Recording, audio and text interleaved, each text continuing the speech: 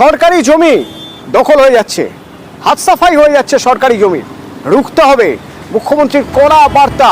তো সে কিভাবে রোকা হবে তার জন্য এবার বৈঠক আলিপুরদুয়ারে। আমার সঙ্গে রাজকুমার রয়েছেন। রাজকুমার, এই আলিপুরদুয়ারেই অন্তত 23টি জায়গা থেকে এমন রিপোর্ট এসেছে যে সরকারি জমি বেহাত হয়ে গিয়েছে। আগে তো সেগুলো ফিরিয়ে আনতে হবে, সে বিষয়ে কি বৈঠকে কথা হবে?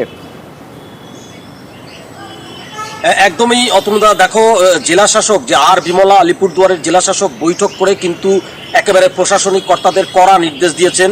এই যে 23টি প্রাথমিকভাবে 23টি জায়গা যেটা নজরে এসেছে যে 23টি সরকারি জমি দখল হয়েছে, সেই 23টি সরকারি জমি অবিলম্বে সেগুলোকে দখলমুক্ত করতে হবে।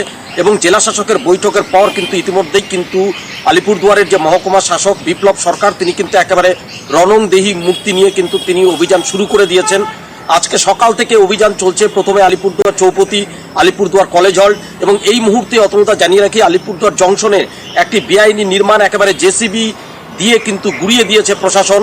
ফলে কার্যত রণংদেহী কিন্তু ভাবমূর্তি নিয়ে কিন্তু প্রশাসন একেবারে অভিযানে নেমেছে। কোনো অবস্থাতেই সরকারি জমি দখল করা যাবে না।